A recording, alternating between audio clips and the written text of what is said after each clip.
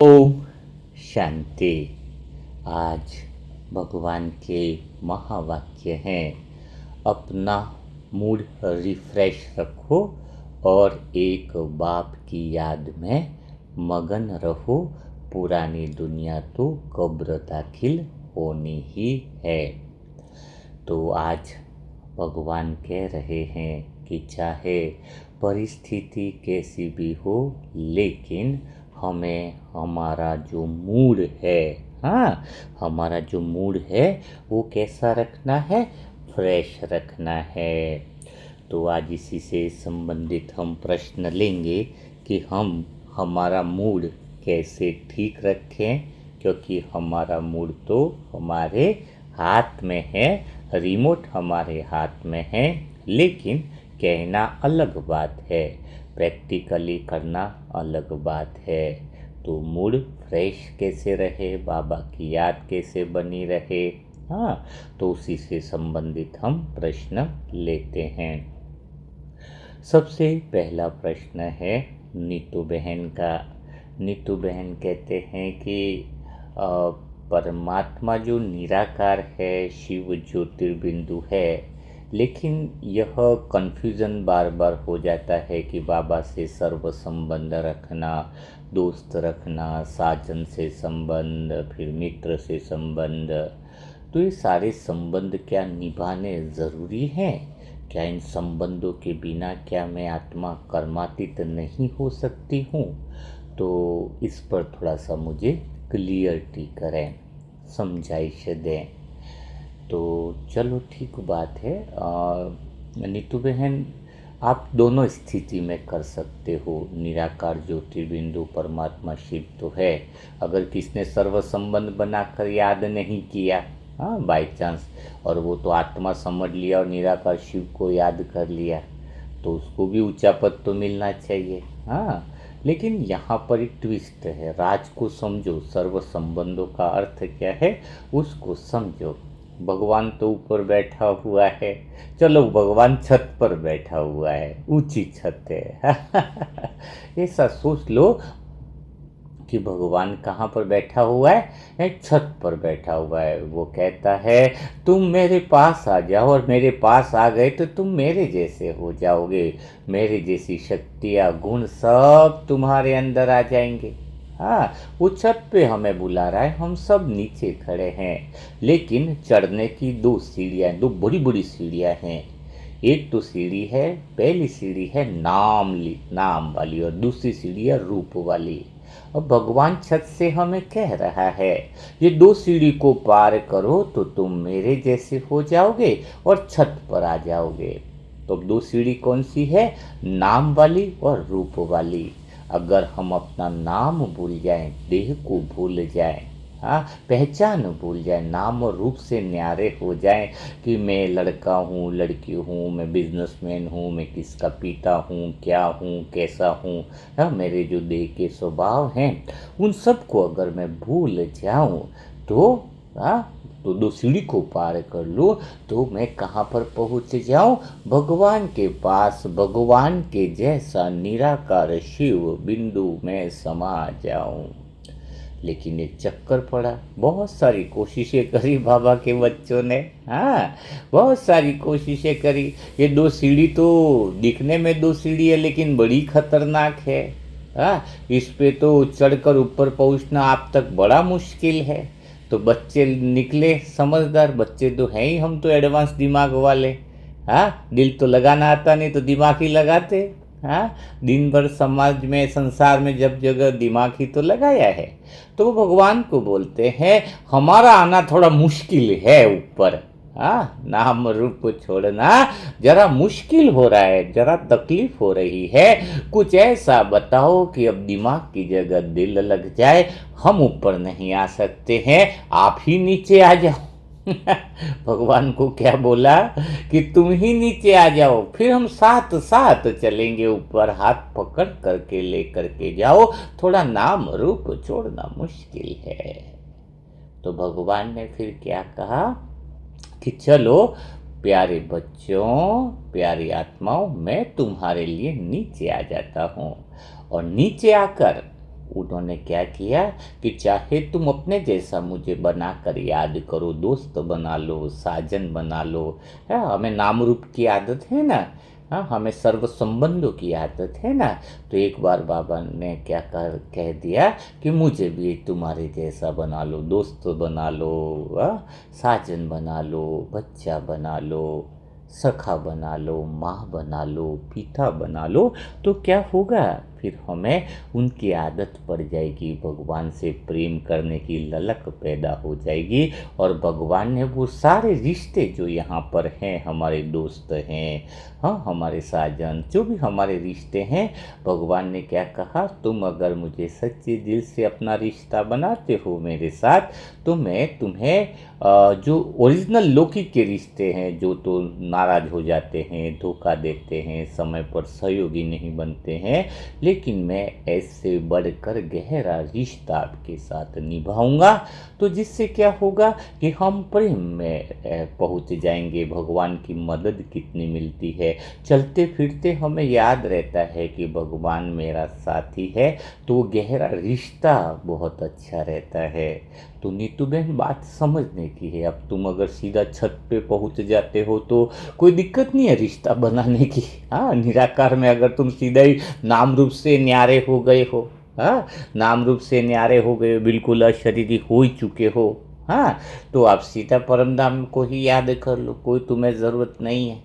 हाँ, ये तो तुम्हारे चुनाव का परिणाम है। लेकिन जहाँ तक हमारी समझ कहती है, बिना सर्व संबंधों के हम भगवान तक नहीं पहुँच सकते हैं, क्योंकि यहाँ के लोग हमें बहुत याद करेंगे। हाँ, तो यहाँ के लोगों से छूटना है। जैसे किसके पास साइकिल है, तो उसको बोले साइकिल छोड़ दे, तो वो नहीं छोड़ेगा ना। उसको मोटरसाइकिल देंगे तो साइकिल छोड़ देगा। कि भाई अब तो मोटरसाइकिल मिली तो साइकिल छोड़ दूँ। तो भगवान के साथ हमारा जब गहरा संबंध बन जाता, उससे ओरिजिनल रिश्ता हमें पता चलता है कि वो असली पिता है, असली भाई है, असली सखा है, असली बंधु है, जो हर सेकंड हर पल हमें साथ देता है, वो खुशी देता है, वो आनंद देता है। तो हम इस संसार से, इस संसार के भव सागर से क्या करेंगे, पार पा सकते हैं।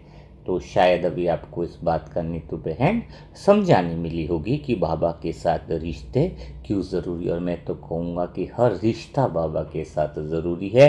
उन रिश्तों को निभाकर ही, बाबा की अंगुली पकड़कर ही हम नाम रूप की सीढ़ी को पार कर सकते हैं, भगवान जैसा बन जाते हैं। हाँ, जब भगवान जैसा बन जाते हैं, एक बार छत पर पहुँच जाते हैं, फिर दोस्त, रिश्तेदार, ये सब याद करने की ज़रूरत नहीं है। भगवान के साथ फिर कोई संबंध याद करने की ज़रूरत नहीं है। एक बार पहुँच जाओ तो फिर उसके जैसा बन गए ना, बाप समान बन गए ना।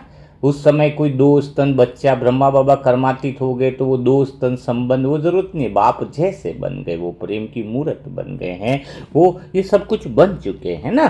तो ये हमें समझ मिलती है, तो उसी समझ के साथ हमें चलना चाहिए। तो पहली ये चीज़ आपको क्लियर हो गई होगी। दूसरा प्रश्न जो है वो हम लेते हैं ताकि हमें और क्लियरिटी मिले, आगे बढ़ते जाएंगे ताकि हमारा मूड मस्त रहे, फ्रेश रहे, रिफ्रेश रहे। हाँ, एक बाप की याद बनी रहे। दूसरा जो प्रश्न है वो कहते हैं कमलेश्वर भाई का। हाँ, कमलेश भाई पूछ रहे हैं कि मैं आधा घंटा योग में बैठती हूँ और लगभग 2-2.5 महीना हो गया है, आपकी बातें सीख रही हूँ और सब कुछ आ रहा है, लेकिन मैं तो वैसे ही आधा 1 घंटा तो योग में बैठती हूँ, लेकिन ज़्यादा देर तक मैं बैठ नहीं पाती हूँ। तो उसका कुछ मुझे सॉल्यूशंस बताओ कि मैं घंटों घंटों बाबा की याद में लवलीन हो जाऊँ। मुझे जल्दी से आगे बढ़ना है, लास्ट सो फास्ट जाना है। मैं इस ज्ञान में बड़ा लेट आई हूँ। तो चलो, बहुत अच्छी बात है कमलेश भाई। हाँ, कमलेश भाई, आप लेट आए हैं और आपको ऐसा क्या पुरुषार्थ करना चाहिए जिससे आप घंटों घंटों भगवान की याद में बैठ पाए। तो भगवान की याद में बैठने के लिए आपको ज़बरदस्ती नहीं करनी है। दो पहले क्या नहीं करना है वो आपको समझना होगा, क्योंकि जब तक आपको सही विधि नहीं पता चलेगी, आप कितने भी साल होंगे आप घंटों घंटों नहीं बैठ पाओगे योग में। हाँ, मैं भी शुरुआत में कैसा था, मैं तो अपने अनुभव के द्वारा आपको बात बताता हूँ। शुरुआत में नशा चढ़ा भगवान का, प्रेम तो था ना ईश्वर से। हाँ शिवम, तो मैं सोचूं कि घंटों घंटों बैठ जाऊं। बैठना बड़ा मुश्किल होता था भगवान के साथ, घंटों घंटों घंटों बैठूं। थोड़ी देर बैठूं फिर सोचता था 6:30 का योग करे थे, अभी 7:30 कब बजेगी, कब कौन सा गीत बजे तो मैं उठूं। हाँ, ऐसी सारी बातें चलती रहती थी। समझ में नहीं आता था कि कैसे, कोशिश भी करता था, बहुत कोशिशें करी थी, लेकिन बैठ नहीं पाया। तो समझ में आया कि गलती कहाँ पर हो रही है। गलती कहाँ पर हो रही है उसको जब तक समझेंगे नहीं तब तक कभी योग लगेगा नहीं। हाँ, मिस्टेक ही कहाँ हो रही है, और ये प्रश्न अपने आप से पूछना चाहिए। हमें प्रश्न नहीं पूछते तो समाधान नहीं मिलता है ना। हाँ, अभी भी कई कई ब्राह्मण बच्चे हैं जो योग में बैठते घंटों घंटों बैठ नहीं पाते, पर ये पूछते ही नहीं है। पूछे कि भाई हम क्यों नहीं बैठ रहे हैं, क्योंकि उनको क्या उम्मीद रहती है वही उत्तर मिलेंगे रटम रटाया। एक तो पहला क्या लगता है उनको कि वही उत्तर मिलेंगे जो हमें पता है, पर ये नहीं सोचते हैं कि हमें नहीं पता है वो भी आंसर हमें मिल सकते हैं, है ना। तो चलो बात करते हैं कमलेश भाई आपके घंटों घंटों योग में बैठने की। तो आपने बताया कि चलो भाई थोड़ी देर आप बैठते हो, आधा घंटा, ठीक बात है। और अभी योग में घंटों घंटों क्यों नहीं बैठ पाते हो, तो आपके अंदर से एक उत्तर तो समझ में आ रहा होगा कि मन नहीं लगता है।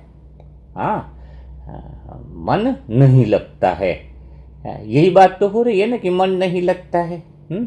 तो मन नहीं लगता है, इसके लिए आप घंटों घंटों योग में नहीं बैठ पाते हो। तो पहला जो मन नहीं लगता है उसके 3 कारण समझ लो, तो आप घंटों घंटों योग में बैठ पाएंगे, आपको कोई तकलीफ ही नहीं होगी। लेकिन आपका मन क्यों नहीं लग रहा है इस बात को तो समझना जरूरी है। तो सबसे पहली बात कमलेश भाई, पहले बात हम शरीर की करते हैं। देखो, आपका शरीर आपकी बात मानता है। आपको अभी हाथ उठाना था, हाथ आप ऐसे ऊंचा कर लेते हो, हाथ जोड़ना बोलो तो हाथ जोड़ लेते होंगे। आपने सोचा होगा कि मुझे यहाँ से थोड़ा आगे बढ़ना है, 1 कदम आगे बढ़ना है, 2-4 कदम आगे जाना, तो आप आगे चल लेते हो। तो शरीर आपकी बात मानता है।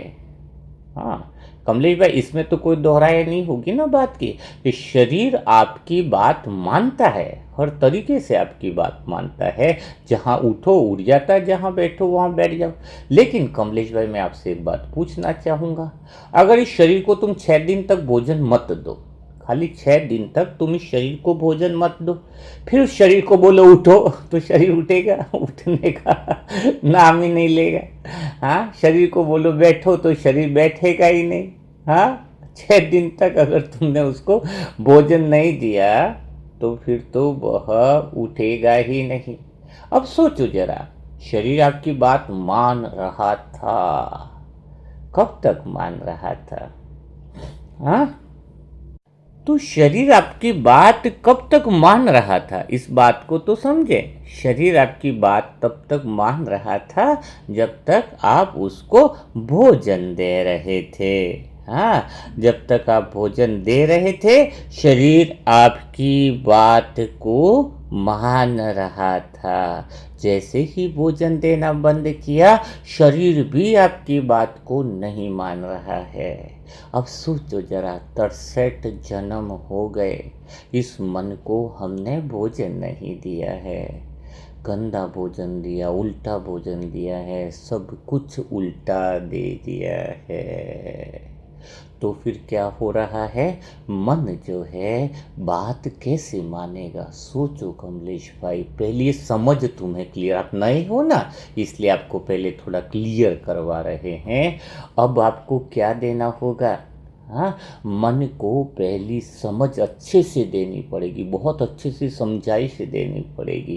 लेकिन खाली तुम मन को ऐसा बता दो कि भाई मैं आत्मा हूँ, परमात्मा शिव निराकार है, 84 जन्म और सतयुग में पहुँचना है, इतनी समझ से मन का काम नहीं चलेगा। इतनी समझ से अगर काम चलता तो भगवान इतने सारे मुरली मंथन तो नहीं देता ना। हाँ, तो अभी क्या करना होगा कमलेश भाई, सबसे पहले तो आपको समझ पैदा करनी होगी, मन को सिखाना होगा, मन को भोजन देना होगा, समझ मन भोजन देना होगा। जैसे शरीर को भोजन देते तब चलता है ना, तो पहला काम करना होगा, मन को भोजन देना पड़ेगा। अब भोजन कौन सा देना है, सही समझ देनी पड़ेगी, वरना ज्ञान में भी कितने साल हो जाए, अभी तक लोगों को समझ नहीं मिली है मन को सच्चे ज्ञान की, ट्रुथ सत्य ज्ञान की समझ। भगवान ने तो ज्ञान दे दिया, लेकिन भगवान कहता ना कि कोटों में भी कोई में से भी कोई मुझे जान पाए, मैं जैसा हूँ वैसा समझ पाता है। क्यों बोलता है भगवान ऐसा, इतने सभी समय के पास सब लोगों के पास मुरलियाँ पहुँचती हैं, लेकिन फिर भी भगवान क्यों कहता है, हाँ, कि फिर भी मुझे लोग नहीं समझ पाते हैं, मैं जो हूँ जैसा हूँ वैसा कोटों में ही कोई समझ पाते हैं। तो अभी हमें हमारे मन को क्या समझाइश देनी है, जिससे हम जल्दी पहुँच जाएं, भगवान के प्रेम में लवलीन हो जाएं। तो एक ज्ञान, 7 स्टार जीवन। 7 स्टार का अर्थ क्या है, अगर आप नए हो तो, कुछ लोग नए सुनते तो समझा देता हूँ। 7 स्टार जीवन का अर्थ है असली सुख की पहचान करना। जो बाहर सुख और दुख है वो नहीं, असली सुख क्या है, जो आत्मा के 7 गुण है ना, उसमें असली शांति क्या है। बाहर साधनों से मिलने वाली शांति और अशांति, शांति और अशांति से परे जो असली शांति है दुख में भी है ना, दुख और सुख है, पर असली दुख को समझना, असली प्रेम को समझना है, असली सत्यता को समझना, असली ट्रुथ को समझना। जब हम असली जो चीज़ है, हाँ, नकली प्रेम में जी रहे हैं, नकली शांति में जी रहे हैं, नकली आनंद में जी रहे हैं, तो हम जब असली आनंद को अनुभव करेंगे, हम असली सुख को समझेंगे, असली शांति को समझेंगे, और जब ये समझ हमारी मन को मिलती है तो फिर योग लगाना नहीं पड़ता है, तो फिर मन स्वतः ही उस आत्मा की तरफ, उस सत्यता की तरफ दौड़ लगता है। तो जरूरत इस बात की है कि आप जो है वो असली समझ जो है, हाँ, वो आप लो, और असली समझ जो आपको मिलेगी यहाँ के मुरली मंथन से मिलेगी। चाहे आप मुरली मंथन के सेट खरीद भी सकते हो, वहाँ पर आपको आसानी मिलेगी ज्ञान को समझने के लिए। हाँ, जब 14 मुरली मंथन सेट है, मोबाइल नंबर दिया ही रहता है अंत में, वहाँ पर भी आप ऑर्डर करवाओ तो आपको ज्ञान और अच्छे से गहराई से मिलेगा। और यहाँ पर जो रोज़ की बातें, आपको असली प्रेम क्या है, असली सुख क्या है, असली शांति क्या है, वो आपको मिल जाएगी। और सबसे बहुत गहरी बात बताऊँ कमलेश भाई, यहाँ पर जो बातें बताई जाएंगी वो किसी की चुराई हुई नहीं रहती है, किसी की कॉपी की हुई नहीं रहती। यहाँ पर जो भी बातें रहती है वो अनुभव की ऑथोरिटी रहती है। यानी हम सभी मनसा परिवार की वो आत्माएं जो हैं, जो ज्ञान सुन रहे हैं, सब अपने अनुभव से बता सकते हैं कि हम उस असली चीज़ के केंद्र में पहुंच रहे हैं, उस असली चीज़ का आनंद ले रहे हैं, वो सत्य ज्ञान का सत्य केंद्र को हम महसूस कर रहे हैं। तो यह काम आपको करना पड़ेगा, मन को भोजन देना पड़ेगा, तो ही मन आपकी बात मानेगा। हाँ, बात क्लियर हो गई ना कमलेश भाई, कि मन को क्या देना पड़ेगा, आपको भोजन देना पड़ेगा। अब एक बात और भी है, यहाँ पर मन को भोजन देना है तो समझ में तो आएगा ही सही आपको कि मन को सही भोजन देने के लिए जो बातें दिन भर बताई जा रही है मुरली मंथन के अंदर, जो ज्ञान दिया जा रहा है, जो समझ दी जा रही है, उसको डेली प्रैक्टिकल में अप्लाई करना है। नहीं तो थाली में बहुत 56 तरह के भोग हैं, लेकिन अगर उसको हम खाएंगे नहीं तो फ़ायदा क्या। हाँ, तो भोजन देना अर्थात प्रैक्टिकल में उसको अप्लाई करना। जितना जीवन में उतारोगे उन चीज़ों को, तो जल्दी से आप योगी बन सकते हो, महान आत्माएं बन सकते हो। आगे का प्रश्न हम लेते हैं विनीता बहन का। विनीता बहन पूछते हैं कि अभी मेरे अंदर बार बार ये ख्याल आता है, बार बार ये ख्याल आता है कि परिस्थितियाँ ठीक होंगी तो मैं बहुत अच्छे से योग करूँगी, थोड़ी मेरी परिस्थितियाँ सही नहीं चल रही है, और काश आप मेरे लिए ऐसी ब्लेसिंग करो, कि मेरे लिए ऐसी दुआ करो कि परिस्थितियाँ ठीक हो जाएं। हाँ, तो मैं बहुत अच्छे से योग करूँ, मैं भगवान की चीज़ों में लग जाऊँ, भगवान के कार्यों में लग जाऊँ। कुछ ऐसी चीज़ें हैं जो जिससे मैं जिम्मेदारी से मुक्त हो जाऊँ, तो भगवान की याद में कर पाऊँ। हाँ, अच्छा विनीता बहन, तो फिर आप यही कहना चाह रहे हो मना, हाँ, कि परिस्थितियाँ ठीक हो जाए तो फिर आप अच्छे से योग करो। बहुत सुंदर बात विनीता बहन ने बताई है। लगता है कई सारे ब्राह्मण आत्माओं को कि थोड़ी मेरी जिम्मेदारियां हैं, बच्चों की ठीक हो जाए तो मैं अच्छे से भगवान में लग जाऊं, थोड़ा सा धन की समस्या है वो ठीक हो जाए तो मैं भगवान में लग जाऊं, परिस्थितियां ठीक हो जाए तो मैं भगवान में लग जाऊं। तो ऐसे तो आज के भगवान के महावाक्य ऐसे तो फिर हमारा मूड फ्रेश रहेगा ही नहीं। हाँ, आप एक बात समझो, एक घोड़ी है, घोड़ा देखा होगा आपने। वो एक घोड़ा ऐसा है जो बहुत तेज भागता है और उसकी आदत थोड़ी निराली है। इसकी आदत बहुत अलग निराली है। उसकी आदत क्या है कि जब घुड़सवार उतरे तब मैं रुकूं। उसकी आदत क्या है कि जब घुड़सवार उतरे ऊपर बैठा वो तब मैं रुकूं, इसके पहले न रुकूं। हाँ, ऐसे अब ऐसे घोड़ा तो बंधा हुआ था आराम से, पता नहीं, और एक घुड़सवार बैठ गया, उसको तो घोड़े की इच्छा का कुछ पता नहीं। अब तो घोड़ा फिर चालू हो गया दौड़ने के लिए। अब घुड़सवार उसको रोकने की कोशिश करे रस्सी से। अब घोड़ा और भागे, तेज भागे और तेज भागे। तो क्योंकि घोड़े की इच्छा क्या है, घोड़े का नियम क्या है कि जब घुड़सवार उतरे तो मैं रुकूं। हाँ? और घुड़सवार क्या है, क्या कह रहा है कि जब घोड़ा रुके तो मैं उतरूं। हाँ, क्योंकि घोड़ा तो रुकने वाला नहीं, क्योंकि घोड़े की इच्छा तो बड़ी प्रबल है। हाँ, कि जब घुड़सवार उतरेगा तो ही मैं दौड़ना बंद करूंगा, तो ही रुकना बंद करूंगा। वही स्थिति विनीता बहन आपकी है। हाँ? परिस्थितियां खत्म हो तो मैं भगवान में लगूं, और भगवान कह रहा है कि तू मुझे याद करे तो परिस्थितियां खत्म हो। हाँ, भगवान क्या कह रहा है, तू मन को भजन में लगा तो तेरी परिस्थितियां ठीक हो जाए। हाँ, भगवान क्या कह रहा है, तू अपने मन को भजन में लगा दे, भगवान के प्यार में डुबा दे, मेरे प्यार में तू मगन हो जा, तू मेरी शरण में आ जा, तेरे जीवन में फूल बिछा दूंगा, तेरे जीवन में सुख शांति ले आऊंगा, तेरा जीवन 7 स्टार बना दूंगा। लेकिन तुम अड़े हुए हो क्या कि घोड़ा रुके तो मैं उतरूं।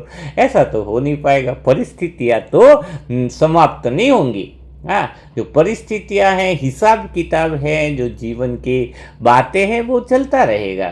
तो अभी आपको ये समझना होगा, ये ज्ञान आना चाहिएगा तुम्हारे अंदर कि मैं मन को रमा दूँ भगवान के भजन में, अर्थात परमात्मा के ज्ञान में, मस्ती में, वो आनंद में झूमने लग जाऊं तो परिस्थितियां समाप्त होंगी। तो विनीता बहन, ये पहली बात थोड़ी गलत है, आपकी सोच जो है वहाँ अटकाव है, तो फिर आप कभी आगे ज्ञान में नहीं बढ़ पाओगे। अगर परिस्थितियां को समाप्त करना है तो पहले भजन में लगाओ, घोड़ा तो रुकने वाला है नहीं। हाँ, लेकिन तुम ने अगर अपनी जीवन में सब कुछ कर दिया तो घोड़ा भी रुक जाएगा, यानी परिस्थितियां भी बदल जाएंगी। हाँ, अभी एक बात और आ रही है। हाँ, विनीता बहन का था कि मतलब परिस्थितियों में मन नहीं लगता है। चलो ये बात भी हम ले लेते हैं। हाँ, एक तो बात क्लियर हो गई कि परिस्थितियों में पहली बात तो है कि भगवान में लगा, भगवान के भजन करो, यानी भगवान के गीत गाओ और भगवान की बातें, शिव बाबा के ज्ञान में रम जाओ। लेकिन एक प्रश्न यह भी आ रहा है कि परिस्थितियाँ थोड़ी विपरीत है, सब कुछ ठीक है, लेकिन मन नहीं लगता है, तो क्या करो।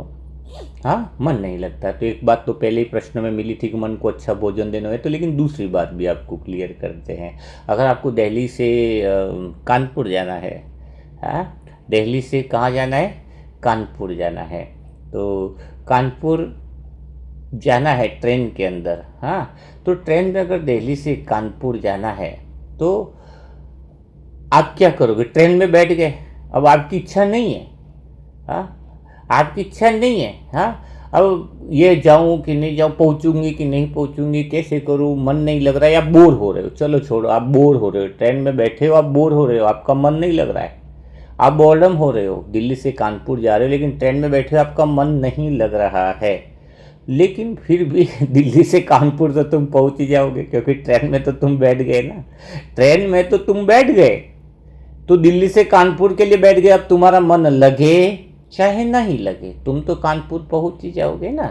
तो तो वैसे ही है इस दुनिया में, ये ज़िंदगी कुछ ऐसी है। जब हम भगवान के योग में नियम के साथ बैठते हैं कि चलो भाई हमें 20 मिनट बैठो, फिर 5-5 मिनट बैठ बढ़ा दो, आज 20 मिनट योग किया, कल 5 मिनट बढ़ा दो, फिर 5 मिनट बैठा। आप बैठने का ही नियम बना लो, मन की छोड़ दो, लगे न लगे विचार ही छोड़ दो। हाँ, वो छोड़ दो आप। लेकिन आप लगातार बैठ रहे हो कि नियम के साथ अमृत वेला कर रहे हो कि चलो मैं भगवान तेरी याद में बैठा हूँ, तेरी गाड़ी में बैठ गया। याद में बैठना मतलब उसकी गाड़ी में बैठ गए, दिल्ली से कानपुर तो पहुँचोगे ही सही, लेकिन आप बैठना छोड़ कर दोगे, गाड़ी से ही उतर जाओगे तो तुम कानपुर कभी नहीं पहुँचोगे।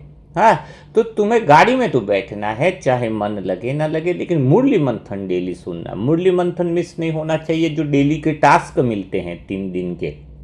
हाँ, 3 दिन के टास्क है ना, अमृत वेला 3 टाइम के टास्क है। अमृत वेला का टास्क हो गया, दोपहर का हो गया टास्क, और ये शाम का टास्क हो गया। तो ये जो टास्क जो तुम्हें मिलते हैं वो तुम्हें करने ही हैं, चाहे तुम्हारे मन लगे ना लगे, कुछ बुराइयों में जाए, कुछ अच्छाइयों में जाए। ये नहीं सोचना कि मैं कितनी प्रोग्रेस कर रही हूँ, मैं कितनी प्रोग्रेस नहीं कर रही हूँ। हाँ, एक बात पक्की मैं आज आपको बताता हूँ, जो भोग का टास्क करते हैं, भोग भी बहुत ज़्यादा ज़रूरी है, क्योंकि भोग से भोगनाई ख़त्म होती है। इस बात को मैं गहरे राज के रूप में आपको बताऊंगा कभी। लेकिन एक तो भोग कभी मत भूलो भगवान को। दूसरी चीज़ है कि जो सुबह अमृत वे सुबह दोपहर शाम को, क्योंकि भगवान हमें इतना टास्क इतनी मेहनत से तैयार करवाता है, एक दिन मिलता है कि हम भगवान के प्रति अपना प्रेम और समर्पण कर दिखाएं।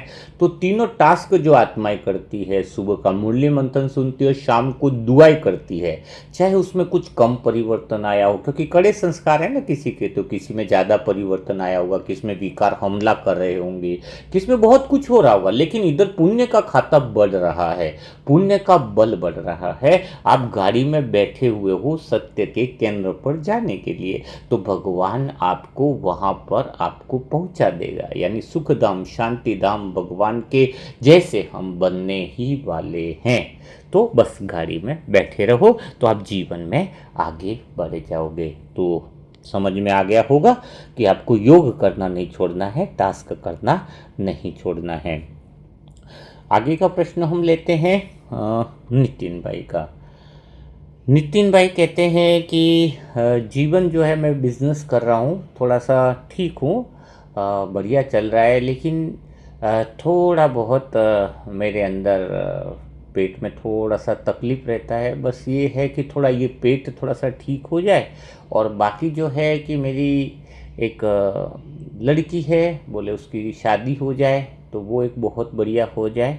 और माँ के घुटनों में बड़ा तकलीफ़ होता है, तो थोड़ा सा भाई जी घुटनों के लिए ठीक हो जाए तो थोड़ा मेरे लिए बहुत अच्छा रहेगा। तो मैं क्या ऐसा करूँ, हाँ, कि बस ये इनका ठीक हो जाए, ये मेरी इच्छा है, कामना है। तो मुझे कैसे विचार करने चाहिए, हाँ, मुझे कैसे विचार करने चाहिए, तो मैं भगवान के प्रेम में लवलीन हो सकूं, 7 स्टार जीवन जी सकूं।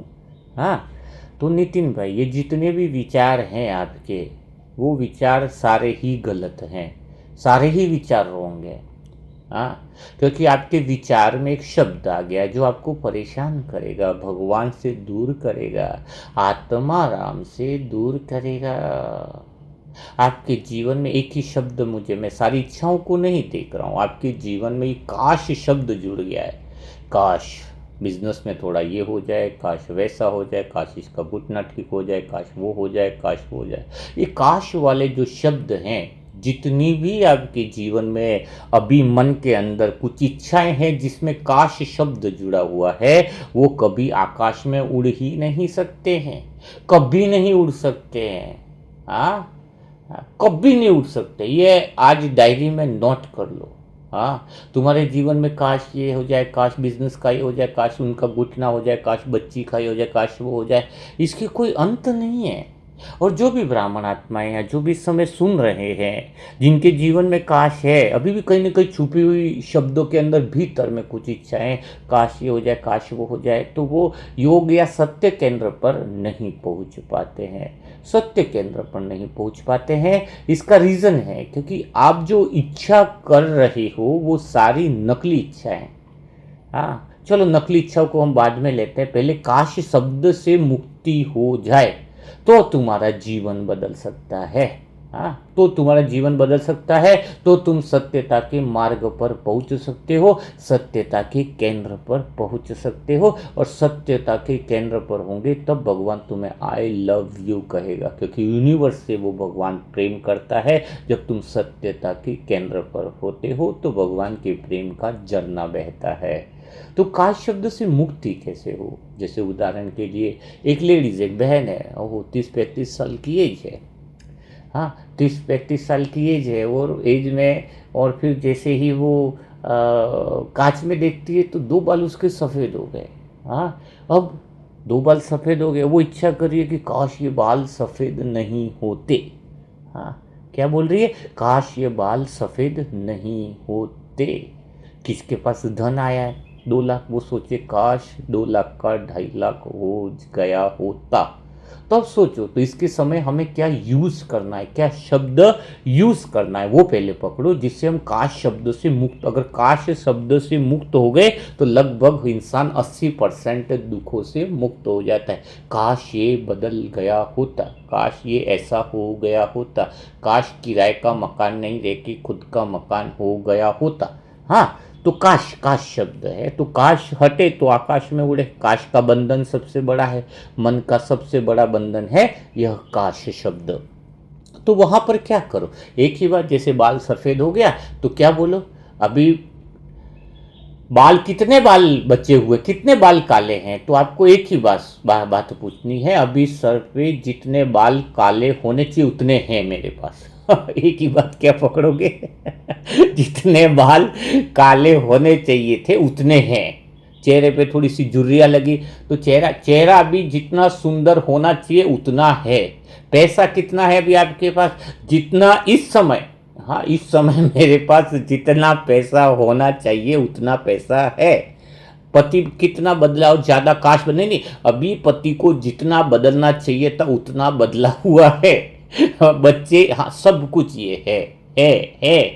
जब है में है, जब हम है शब्द में है, आत्मा में आ जाते हैं, सत्य स्वरूप में आ जाते हैं, उस केंद्र से हम जुड़ जाते हैं। काश शब्द के अंदर हम जीवन में स्वयं से दूर हो जाते हैं। तो अभी जो भी आत्मा इस समय बैठी है, सुन रही है, तो आपके जीवन में जो कुछ चलना चाहिए ऐसा ही अभी चल रहा है। कोई पूछे कैसा चल रहा है? अभी जैसा चलना चाहिए वैसा चल रहा है, क्योंकि ये तो हरी इच्छा है ना। भगवान की इच्छा का अनादर हम कैसे कर सकते हैं? जो चल रहा है वो हरी इच्छा से चल रहा है, तो जो चल रहा है, जैसा चलना चाहिए वैसा चल रहा है। हरी इच्छा पार्ट 1। हाँ, जैसा चल रहा है वैसा, जैसा चलना चाहिए वैसा चल रहा है। कई लोग काश शब्द में, बुक का कार्यक्रम कैसा चल रहा है, छपाई का, जितना चलना चाहिए उतना चल रहा है। हाँ, सेल कितनी आनी, जितनी होनी चाहिए उतनी हो रही है। हाँ, ये जो काश वाले हैं वो बड़े परेशान होते हैं। हाँ, सभी सुनते सुनते सेंटर पॉइंट में आ जाते हैं। हाँ, तो इसलिए ये जो है वो हमें समझना होगा। नितिन भाई, जो चीज़ चल रही है आपके जीवन में, कैसा चल रहा है, जैसा चलना चाहिए वैसा चल रहा है। हाँ, सासू आपको कितना बोल रही है, तो जितना बोलना चाहिए उतना बोल रही है, जितनी ज़रूरत है उतना बोल रही है अभी। हाँ हाँ, विरोध नहीं है, न विरोध है न काश है, तो आकाश है। तो आकाश शब्द है, तो इसको समझने की ज़रूरत है। तो हम जो है वो क्या कर सकते हैं, आगे बढ़ सकते हैं। तो ये काश शब्द से मुक्ति होनी चाहिए। तो नितिन भाई, आपके प्रश्नों का समाधान हो चुका है, और आपको भी अभी इतना समझ में आ रहा होगा जितना समझ में आना चाहिए। हाँ, जितना, मैं भी इच्छा थोड़ी करूँगा कि आपको ज़्यादा समझ में आ जाए या कम आ जाए। अभी आपको इतना समझ में आ रहा है जितना ड्रामा अनुसार समझ में आना चाहिए। तो ये शब्द जो है वो पकड़ के रखो कि आपके जीवन में जो हो रहा है वो वैसा ही हो रहा है जितना होना चाहिए। ठीक है ना? तो यह बात हमें समझनी होनी चाहिए, क्योंकि यह ईश्वर की इच्छा है। ड्रामा पे निश्चय बुद्धि का अर्थ है कि हरि की इच्छा को आदर करना। हरि की इच्छा का तुम सम्मान करोगे तो पार्ट 2 खुलेगा। अगर उसके सम्मान ने विरोध कर दिया तो पार्ट 2 नहीं खुलेगा। रेस्पेक्ट करो, स्वीकार करो। जब आप स्वीकार कर देते हो तो कुदरत की शक्तियां खुलने लग जाती है, कुदरत के नियम जो है वह खुलने लग जाते हैं। तो अभी ये बात आपको क्लियर हो गई होगी। अभी कोई इसमें कंसेप्ट बाकी नहीं रहा होगा। तो हम आगे की तो प्रश्न की तरफ हम आगे बढ़ते हैं कि नेक्स्ट प्रश्न हमारे जीवन में कौन सा हम ले रहे हैं। नेक्स्ट प्रश्न है गणपत भाई जी का। गणपत भाई जी पूछते हैं कि हमें सत्य के केंद्र पर रहना है, सब कुछ ठीक है, लेकिन घर परिवार में कुछ सुधर जाए या फिर कुछ बदल जाए या फिर थोड़ा लड़की की बहन की शादी करनी है तो उसको अच्छा लड़का मिल जाए, या फिर ये जो हम इच्छाएं कर रहे हैं भाई जी, तो फिर क्या इच्छाएं करना ही गलत है? और अगर हमने इच्छाएं नहीं करी तो फिर तो हमारा जीवन मौत के बराबर है, मृत्यु के ही बराबर है। तो हमारा ये इच्छा करने का मतलब क्या है? हाँ, हम क्या इच्छा को छोड़ दें? तो ये बात पूछना चाह रहे हैं गणपत भाई जी। तो देखो गणपत भाई जी, तो फिर आपने समझे नहीं हो विज्ञान को। आपको आत्मा का सत्य केंद्र का अर्थ है कि कोई चीज़ छोड़नी नहीं है। सुख दुख भी नहीं छोड़ने के लिए हमने बोला, खाली हमने कहा असली दुख को पहचानो। हाँ, नकली दुख में मत जियो। है, सुख में भी बताया कि असली सुख को पहचानो, नकली सुख को छोड़ो। हाँ, आनंद में भी जो असली आनंद है, प्रेम में भी बताया ना कल की असली प्रेम क्या है, असली प्रेम का अर्थ क्या है। हाँ, तो ये सारी बातें आपको सिखाई गई। तो हमने इच्छा नहीं करनी है नहीं बताया ना। हाँ, इच्छा करनी नहीं है ऐसा नहीं बताया। इच्छा कौन सी करनी है, असली इच्छा क्या है। आप नकली इच्छाओं के पीछे भागोगे तो जीवन दुखी बन जाएगा। आप इच्छाओं को पहचानना सीखो कि हमें अपने जीवन में असली इच्छा क्या होनी चाहिए। जो असली इच्छा अगर पूरी हो जाए तो बाकी इच्छाएं तो सब स्वतः ही है, उसकी कोई दिक्कत ही नहीं है। नकली इच्छा करने से हमें दुख पैदा होता है। तो असली इच्छा क्या है? इच्छा को छोड़ने के लिए नहीं बोला, क्योंकि इच्छाओं को छोड़ना भी तो एक इच्छा हो गया ना। इच्छाओं को छोड़ना भी तो एक इच्छा हो गया ना। तो इच्छाएं यानी असली इच्छा क्या होगी? असली इच्छा होती है जो आत्मा के केंद्र से उठे। असली इच्छा होती है जो आत्मा के राम केंद्र से उठे, सत्य केंद्र से उठे। राम केंद्र मन क्या हुआ? राम केंद्र का अर्थ क्या हुआ? हाँ, पहले ये समझो ना बात को। दशरथ का बेटा राम, दशरथ यानी 10 रथ। 10 रथ यानी क्या हुआ? 10 कर्मेंद्रिया। हाँ, दशरथ यानी कोई कहानियों का अर्थ हमें समझना है। कहानी का अर्थ क्या है कि दशरथ यानी 10 रथ। 10 कर्मेंद्रिया कौन सा? 2 कान हो गई, 2 आंखें हो गई। हाँ, 2 कान 2 आंखें, फिर एक नाक, हाँ, और ये एक जीवा हो गई, फिर त्वचा हो गई, हाँ, फिर मन, बुद्धि और संस्कार। ये टोटल मिला के 10 रथ हैं। 10 रथ आ गया ना। दशरथ यानी 10 कर्मेंद्रियों की रथ, बराबर है। इसके पीछे अगर हम भाग दे, इसकी कमान अगर हमारे पास रहे, ये हमारी मूल इच्छा है। मूल इच्छा क्या है कि जैसे घोड़ा होता है ना, तो सारी लगामें उसके हाथ में रहती है ना। लगाम हाथ में रहना अर्थात क्या है? ये जो दशरथ रूपी कर्मेंद्रिया हैं, उसके ऊपर आत्माराम यानी हम आत्मा का मूल केंद्र। तो हमारी इच्छा मूल केंद्र से उत्पन्न हो। आत्मा कोई भी इच्छा है तो हम पहले देखें कि वो इच्छा उत्पन्न कहाँ से हो रही है। मूल इच्छा क्या होगी आत्मा की? आत्मा की अगर तुम्हारी मूल इच्छा उत्पन्न हो जाए तो जीवन में सुख उत्पन्न हो जाता है। मूल इच्छा क्या है कि असली सुख को पहचानूं, असली आनंद को पहचानूं, असली प्रेम को पहचानूं। मेरी वह इच्छा हो जिसमें सारी आत्माओं का कल्याण हो, सारी आत्माओं को वो सच्चा ज्ञान मिले, सारी आत्माएं भगवान के केंद्र से जुड़ जाए, सारी आत्माएं सत्य से जुड़ जाए। ये इच्छा मेरे बेटे का है न बेटी का ये हो जाए, फलाना हो जाए, ये हो जाए। वो इच्छाएं ऐसी हैं जो तुम्हें परेशान करेंगी। इच्छा पूरी हो जाए तो भी तुम्हारी नेक्स्ट इच्छा जागृत होगी। बात यहाँ पर है इच्छाएं। नकली इच्छा का सबूत क्या होता है? नकली इच्छा किसे कहेंगे? जो इच्छा पूरी होने के बाद 10 इच्छाओं को और जन्म देती है, वो है नकली इच्छा। आप एक मकान बनाने का संकल्प किया, ठीक है, मकान बनाने के बाद भी इच्छा पे इच्छा करना गलत आदत है ना। पहले नकली इच्छा और असली इच्छा को समझो, फिर इच्छाओं की बात भी और सिखाएंगे आपको। हाँ, तो नकली इच्छा क्या होती है? जो एक इच्छा पूरी होने के बाद भी 10 इच्छाएं और पैदा, उसकी 10 शाखाएं निकल जाती हैं। कोई भी इच्छा पूरी करो उसके बाद 10 इच्छाएं उससे निकलती हैं। और दूसरी नकली इच्छा की क्या है पहचान? कि अगर वो नकली इच्छा है नकली इच्छा, और वो अगर पूरी नहीं हुई तो क्रोध पैदा होता है। दोनों तरफ से टेंशन है ना।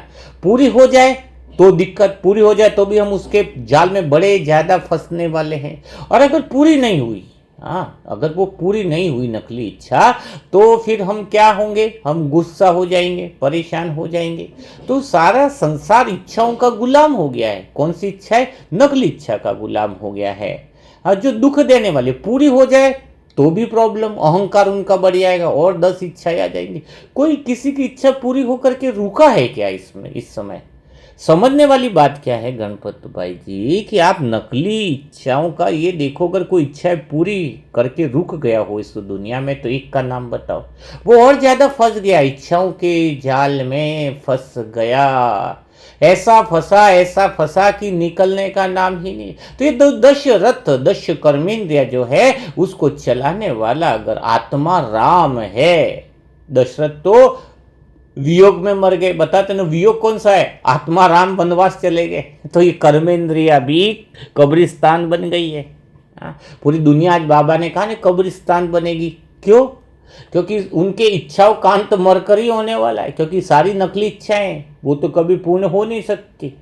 नकली इच्छाएं तो पूरी हो जाए तो नई इच्छा जन्म दे, और नई पूरी हो तो गुस्सा हो। इसलिए सारी दुनिया कब्रिस्तान बनने वाली है, कब्र दाखिल होने वाली है। कब्र दाखिल होने वाली है। सारी दुनिया कब्र दाखिल होगी, लेकिन कौन कब्र में दाखिल नहीं होगा?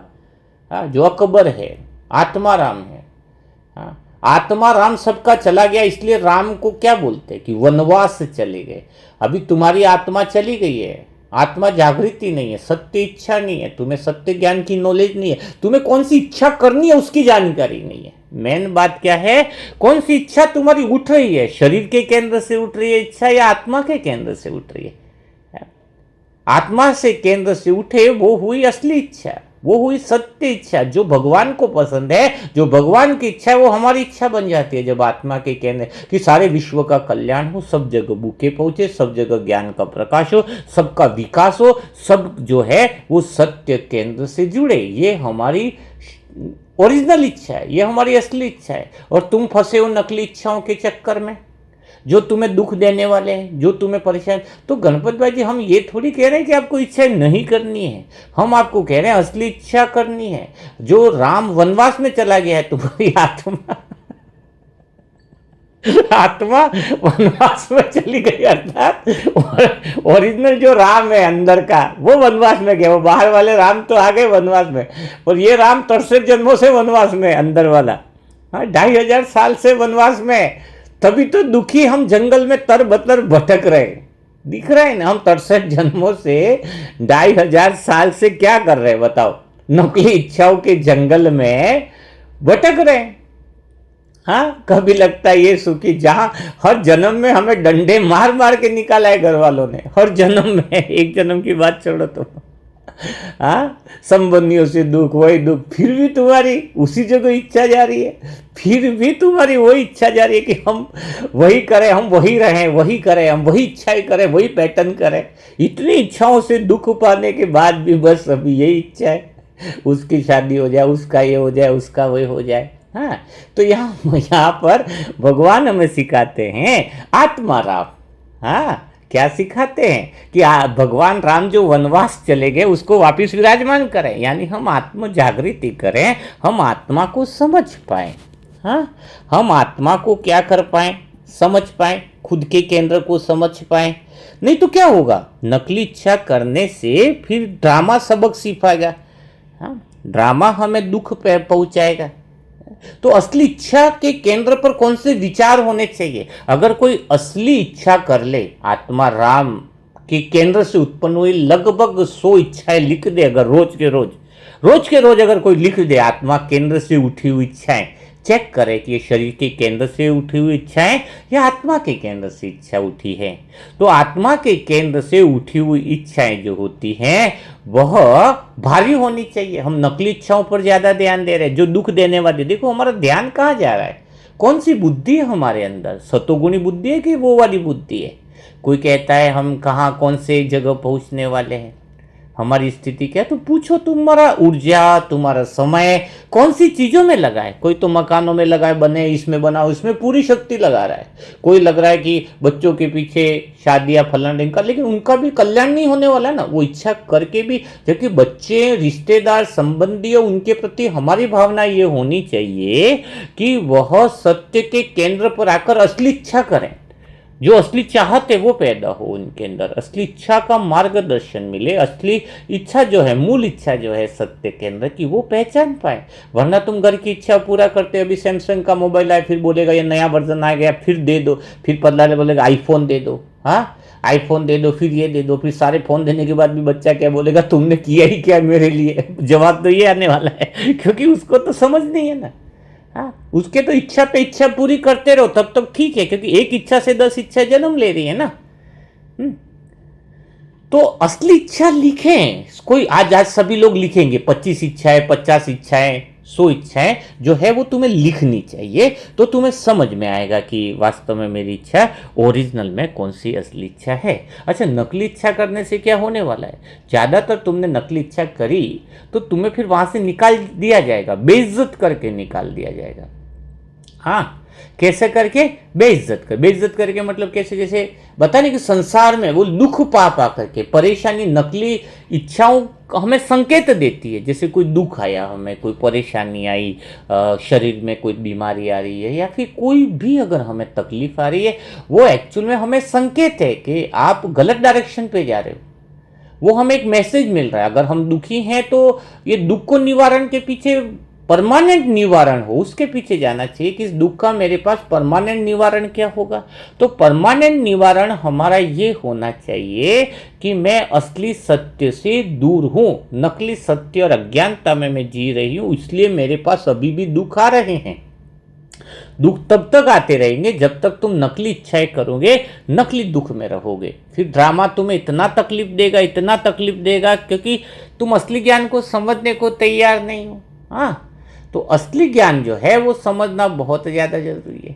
वो कहते हैं ना कि एक जमाई आया घर पे, हाँ कब्रिस्तान मन क्या है, हाँ नकली इच्छा करने वाले दुखी है। तो एक जमाई घर से जाने को नाम ही नहीं, नई शादी हुई थी। उसके बाद वो जमाई और जो उसकी पत्नी दोनों मतलब उसके वहाँ पे गए, हाँ पियर में। तो फिर उसने भी सोचा, बेटी ने और ससुर ने कि भाई दामाद आए हैं घर पे तो उनकी अच्छी सी खातरी की जाए। अब ऐसी खातरी करी बढ़िया से, 1 दिन हो गए 2 दिन हो गए, जमाई तो जाने का नाम ही नहीं। भाई सोचा अभी चले जाएंगे, 10 दिन हो गए तो भी जमाई सोचे अच्छा खाना पीना मिल रहा है, बढ़िया मिल रहा है, इधर ही रहे, खाए को जाने की ज़रूरत है। उसकी पत्नी बार बार बोले ज़्यादा दिन तक रहना अच्छी बात नहीं, चलते चलते। अरे बोले इधर क्या तकलीफ है, इतना अच्छा मिल रहा है। 20 दिन 25 दिन हो गए। अब दामाद भी सास ससुर भी सोचे कि अब इसको भगाए तो भगाए कैसे, तो बड़ी मुश्किल हो गई। तो थोड़ा खाना भी कम अच्छा देने लग गए, पहले अच्छा तो भी वो तो बोले क्या है ऐसे भी मिल रहा है, बढ़िया है। फिर परेशान होकर के क्या किया उनके सालों ने, रात के समय लाइट तो बंद कर दी और एक काली कंबल लाई, कंबल उसको ओढ़ा दी और धनाधन उसकी ठुकाई कर दी। और अंधेरे में थे तो किवाड़ से चले गए, वो जोर से ठुकाई करी। अब वो एकदम से जगह पर पता नहीं चला कि किसने मारा है, क्या बोलेगा। तो सुबह बोले कि पत्नी को कि भाई चलो चलना। उसको पता चल गया कि आज रात को फिर से कहीं ठुकाई होगी। साले सब ने बोला कि क्या हुआ जमाई आज इतना जल्दी, जब जाने की सोच रहे थोड़ा और रुकते। नहीं बोले अब तो जाना है। तो कहने का अर्थ है संसार हमें ऐसी ठुकाई करेगा जब तक अगर हम सत्य ज्ञान को नहीं समझेंगे ना, तो वो ऐसी ठुकाई हो रही है ना। जब कोई इंसान हमें कहता है कि भाई जी यहाँ पे दुख आ रहा है, दुखाई नहीं, दुख थोड़ी हो तो ठुकाई है। अब जब तक तुम असली ज्ञान नहीं समझोगे तो इलाज क्या है बताओ। भगवान ने प्यार से इतना समझा दिया तुम्हें कि पाप कर्म बंद करो, सच्चे कर्म करो, असली इच्छा जगाओ, असली कर्म करो, फिर भी समझने को तैयार नहीं है तो फिर क्या होगा, तो फिर कैसे समझ में आएगा। भगवान के पास दूसरी विधि क्या है जो आपको समझा पाए? हाँ, क्या है ये विधि? तो यह बात हमें समझनी चाहिए, तो हम कर पाएंगे जीवन में कुछ अच्छी चीजें, नव निर्माण हम कर पाएंगे। तो गणपत भाई का प्रश्न समझ में आ गया? इच्छा मत करो ऐसा नहीं बोला गया है, असली इच्छा को आपको जन्म देना है। आगे का जो प्रश्न जो है वो हम ले रहे हैं, वो कविता बहन का ले रहे हैं। कविता बहन पूछते हैं, कहते हैं कि बाबा, आज क्योंकि इच्छाओं पे बात चल रही है, चाहे मूड फ्रेश करने की बात चल रही है या जो भी बातें चल रही है, इसी से संबंधित प्रश्न है, इसलिए वही वाले प्रश्न लिए जा रहे हैं। तो आज कविता बहन कह रही है कि हमारे दुख का मूल कारण क्या है और ये संस्कार क्या चीज़ें हैं। हाँ, इन्होंने पूछा हमारे दुख का मूल कारण क्या है भाई जी, और हमारे ये संस्कार जो बाबा कहता है मन बुद्धि और संस्कार, तो संस्कार को हमें थोड़े आसान भाषाओं में समझाया जाए। हाँ, संस्कार को समझाया जाए तो वो थोड़ा सा क्लियर होगा। तो देखो कविता बहन, आप संस्कार की बात कर रहे हो, तो संस्कार एक ऐसी चीज़ है जिसके ऊपर अगर कोई इंसान काम कर ले, खाली 21 दिन तक अगर संस्कार पे अगर काम कर लिया जाए तो पूरी तरीके से जीवन बदल जाता है, मात्र 21 दिन के अंदर। लेकिन प्रैक्टिकल अप्लाई, यूँ नहीं कि 21 दिन तो बीत गए आपने कुछ किया नहीं। मैंने लाइन ऐड करी है कि 21 दिन तक संस्कारों पर काम कर लिया जाए सही विधि से। ये लाइन भी बात कही जा रही है कि सही विधि से काम कर लिया जाए तो जीवन पूरी तरीके से बदल जाता है, पूरी तरीके से बदल जाता है। हाँ, तो संस्कार मीन्स क्या है? संस्कार अंतर्मन में जाने वाली वो पैटर्न है, वो आदतें हैं जो हमारी छाप पड़ जाती है। हाँ, इच्छा आदत है जो बार बार की गई है, वो पैटर्न बन गया, वो संस्कार है। लेकिन संस्कार परमात्मा ने हमें दिए थे खुशहाली के लिए, कुछ हम नई क्रिएटिविटी कर सके। हम संस्कार मन आदतें, हम वो आदतें निर्माण करें जो हमारे लिए बहुत उपयोगी हो। हाँ, क्योंकि अंतर्मन जो संस्कार है अंदर से, उसकी एक विशेषता है कि आप उसे जो भी आदत बना हुए, जो भी आदत दोगे उसे, वह उसको पूरा करने के लिए बाध्य हो जाता है। वो सबकॉन्शियस माइंड में जो कहते हैं, सबकॉन्शियस माइंड क्या है? ये संस्कार जो आत्मा में 5,000 साल का जो ड्रामा भरा पड़ा है, उसमें जो संस्कार पैटर्न भरे पड़े हैं। हाँ, वो ये तो थोड़ा सा संस्कार को और थोड़ा सा डिफाइन करते समझते हैं। जैसे आप नहाते हुए गाना गा रहे हो नहा रहे हो और साथ में गाना गुनगुना रहे हो, तो दो काम कर रहे हो ना। ये दो आदतें हैं कि नहा भी सकते हो, गाना भी गा सकते हो। ये एक जबरदस्त आदत है, ये संस्कार है, बहुत अच्छी चीज का हुआ ना आदत। इसलिए डबल कार्य क्षमता के लिए संस्कार दिए गए थे। शर्ट की बटन बंद करते हो, टीवी भी देख रहे हो, एक साथ डबल काम कर रहे हो। एक बहन रोटियां बना रही है और घर में बच्चे का भी ध्यान रख पा रही है। एक साथ 2 काम 3 काम करने की आदत जब अंतर्मन में चली जाती है कि मैं रोटी बनाते हुए बच्चों को भी देख सकती हूँ, तो अंतर्मन ने स्वीकार कर लिया आदत को। हाँ, 2 काम हम एक समय में अच्छे से कर सकते हैं। ठीक है, रोटी भी बना सकते हैं, घर का शर्ट की बटन करते हुए हम गाना भी, मूवी भी देख सकते हैं, नहाते हुए गाना भी गा सकते हैं। तो ये आदतें बहुत अच्छी थी, बहुत अच्छी है। भगवान ने संस्कार दिए कि एक साथ मल्टीपल आप काम कर सको। लेकिन हमने आदतों पे आदतें बना दी, आदतों के गुलाम हो गए। इच्छाओं के गुलाम हो जाना, वो संस्कार हमें भारी पड़ गए। इच्छाओं के गुलाम हो जाना, हाँ, इच्छाओं की इच्छा करना। जैसे कोई इच्छा हमारी पूरी हुई लेकिन वही इच्छा में वापस चाहिए। है, जैसे किसी बात को अच्छी लगी तो वही बात रिपीट होनी चाहिए, वो होता है इच्छाओं का गुलाम होना। कोई बात अच्छी लगी, उसके बाद इच्छाओं की इच्छा करना, हाँ, उस इच्छाओं के गुलाम हो जाना, वो हमें प्रॉब्लम आ जाती है, वो हमारे अंतर्मन में चली जाती है, वो बातें पैटर्न के रूप में बन जाती है। अब तो जैसे उदाहरण के लिए, जैसे घर में है, घर में हमने एक इच्छा कर ली, बढ़िया, एक मन की इच्छा है। शरीर की तो इच्छा आपको समझ में आ ही रही है, तो एक मन की इच्छा कर दी। जैसे बहू है, सास के लिए बोलती कि ये सास अगर बदल जाए तो जीवन घर स्वर्ग बन जाए। क्या किया? हाँ, सांस बदल जाए तो जीवन स्वर्ग बन जाए। अब वो अंदर पैटर्न चला गया तुम्हारे अंदर, संस्कार में क्या है वो तो मान लेता है, वो सोचता है कि तुम्हारी इसी में भलाई है। संस्कार क्या सोचता है, संस्कार को अच्छा बुरे के मतलब नहीं है, संस्कार इसको जो दे देते हो आदत, वो क्या सोचता है कि इसकी भलाई इसी में ही है। वो क्या सोचता है, इसकी भलाई इसमें ही है। तो आपने अंदर क्या फिट कर रखा कि सांस बदल जाए तो ये घर स्वर्ग बदल जाए। अब आपने ये बात फिट कर ली, तो अब जब भी तुम्हारे सामने सांस आती है तुम उसको ज्ञान ही देने लग जाएगा। वो अंदर से आएगा, ऑटोमेटिक संस्कार बन गया ना, क्योंकि अंदर संस्कार ने कौन सी बात फिट कर दी, ये सांस बदल जाए तो ये घर स्वर्ग बन जाए। तो सांस जब भी मिले उसको ज्ञान ही दोगे। वो अरे सासू माँ यार ये काम करो, इसको करते तुम भगवान की याद कर सकते।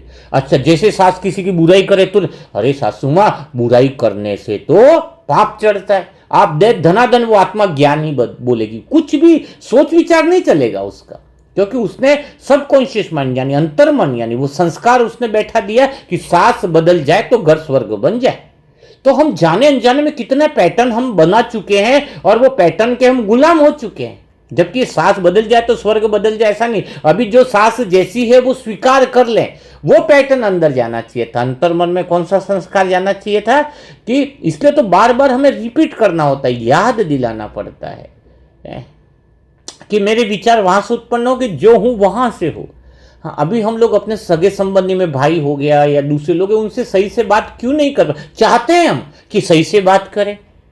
हम सोचते हैं हम ज्ञान के अनुसार बात क्यों नहीं कर पा रहे, हम उनको प्रेम क्यों नहीं दे पा रहे, क्योंकि अंतर्मन में तुमने वो पहले से प्रोग्रामिंग खतरनाक कर रखी है?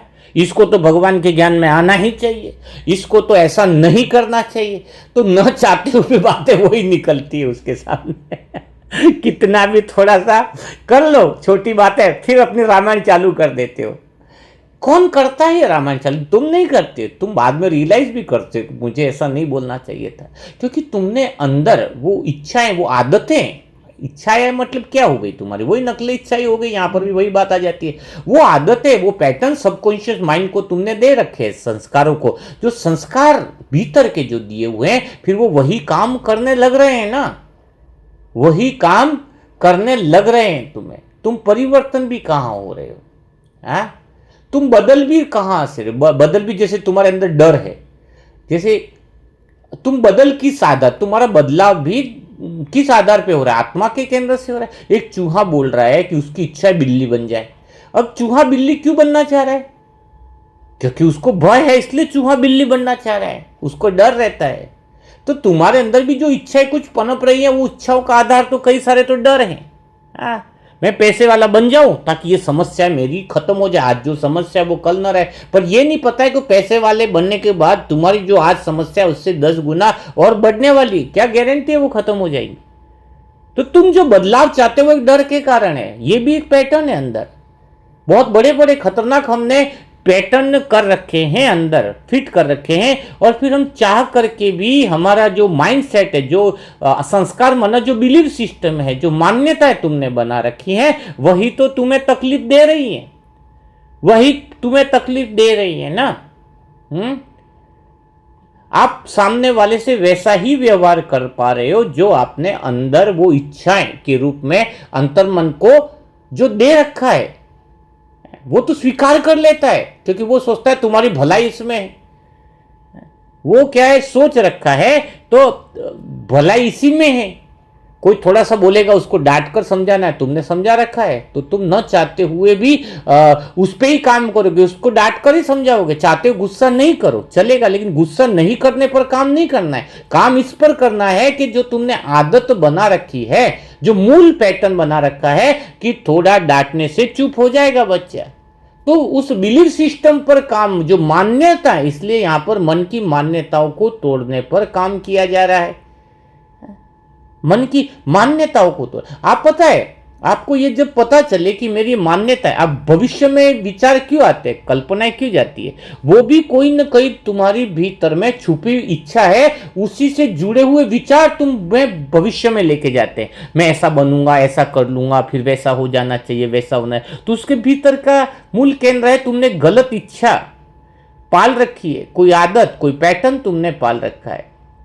हाँ, तो ये आदत और पैटर्न क्या होते हैं, हम जाने अनजाने में जो बोलते हैं ना, वो अंतर्मन स्वीकार कर लेता है और उसको लगता है कि इसको ऐसे चलाने से जो है वह यह सुरक्षित रहेगा। हाँ, आपने जाने अनजाने में कह दिया ये रोड सुरक्षित है, वो रोड खराब है, तो आप न चाहते हुए भी फिर आपको दोबारा बताना भी नहीं पड़ता कि इस रोड से जाओ, तुम्हारे कदम ऑटोमेटिक चलते हैं उस रोड से, ऑटोमेटिक चलते, ऑटोमेटिकली तुम उसी रोड से जाओगे, उसी पत्थर के साइड से निकलोगे, आप देखना उसी रास्ते पे सेम पैटर्न पे चलोगे, क्योंकि ये सबकॉन्शियस माइंड की तुमने प्रोग्रामिंग कर दी है। और ये प्रोग्रामिंग इतनी गलत हो चुकी है, अगर बारीकी से देखा जाए, कोई इंसान चेक करे दिन भर में आपको पता है गली में कोई थोड़ी सी आवाज आए आप तुरंत उठकर खड़े हो जाते हो देखने के लिए, ये गलत प्रोग्रामिंग का नतीजा। अरे क्या हो रहा है गली में, तुरंत देखना चाहिए, ये प्रोग्रामिंग के अंदर। तुरंत रोको, क्या जरूरी है ये इच्छा इस समय बाहर देखने की? खाली एक प्रश्न पूछो, ये इच्छा कौन से केंद्र से उत्पन्न हो रही है? शरीर को तो हम रोक सकते हैं ना, तुरंत बैठे तो थोड़ी सी बात होगी खड़े हो जाए, थोड़ा सा बोर हुए टीवी देख ले, ये भी एक पैटर्न है। थोड़ा सा बोर हुए चलो टीवी चालू करो, तुरंत पूछो क्या ये जरूरी इच्छा है, क्या ये आवश्यक इच्छा है? तो तुरंत वो इच्छा रुक जाएगी। अपने आप से वो प्रश्न पूछने की जरूरत है कि क्या ये जरूरी है?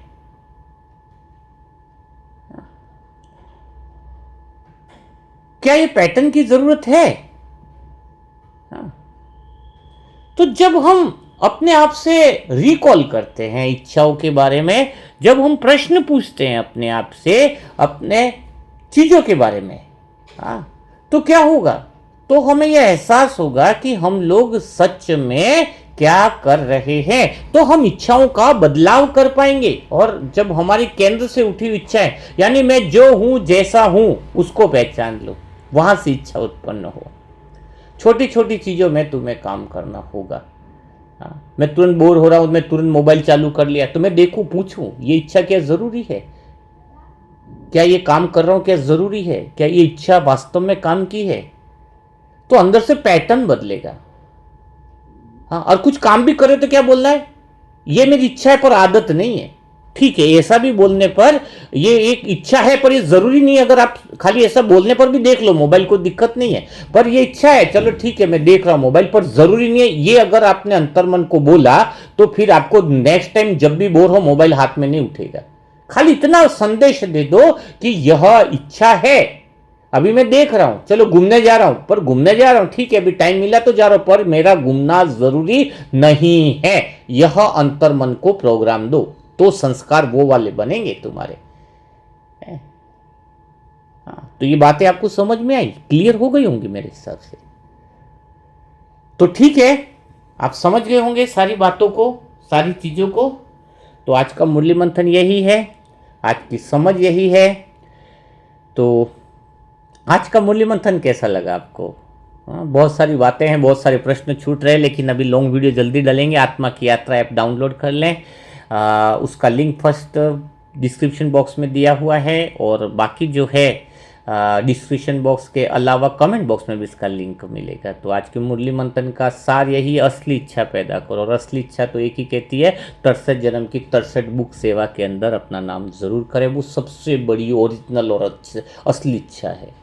असली इच्छा करते करते धीरे धीरे हम सभी नकली इच्छाओं को खत्म, जितनी असली इच्छाएं बढ़ती जाएंगी, असली इच्छा पे एक्शन जितना बढ़ता जाएगा उतना डुप्लीकेट इच्छाएं खत्म होती जाएंगी। यही एक साधन है, अंदर से प्रकाश निकलता जाएगा। सत्य केंद्र की शुभ इच्छा, सत्य केंद्र की जो है वो हम मूल इच्छा को पहचान पाएँ।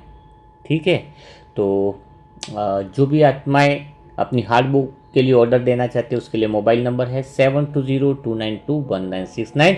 इस पर ओम शांति लिखें और अपना एड्रेस लिखें। हार्ड